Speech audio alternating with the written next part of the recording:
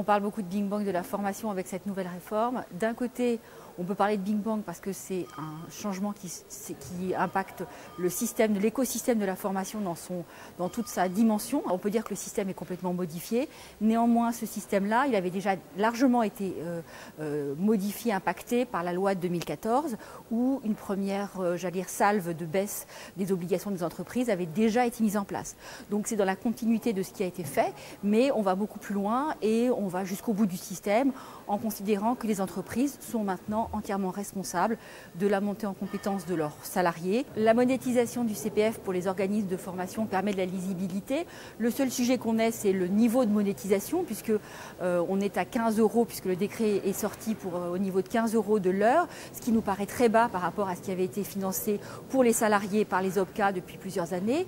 Donc on a une problématique de taux de conversion. Néanmoins, le principe de la monétisation est un principe qui a été acté par tout le monde et salué comme étant plus lisible, plus facile. Les entreprises grandes oubliées de la réforme, oui, on peut dire que c'est vraiment les grandes oubliées de la réforme.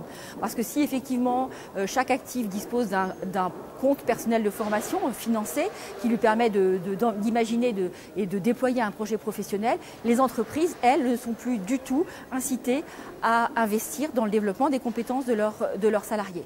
Alors on peut considérer que les grands comptes, les grandes entreprises ont pris des habitudes, ont suffisamment de dialogue social pour pouvoir continuer à investir dans le développement des compétences.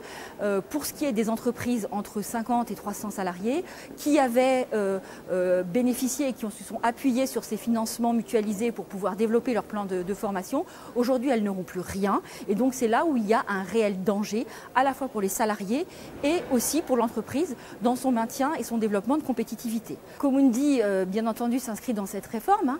Donc le sujet pour nous, c'est d'accompagner les salariés et d'accompagner les entreprises. Ensuite, nous allons développer une gamme très complète de formations éligibles au CPF qui va nous permettre de couvrir une grande gamme de formations à la fois en soft skills mais aussi en hard skills pour l'ensemble des salariés actifs et demandeurs d'emploi.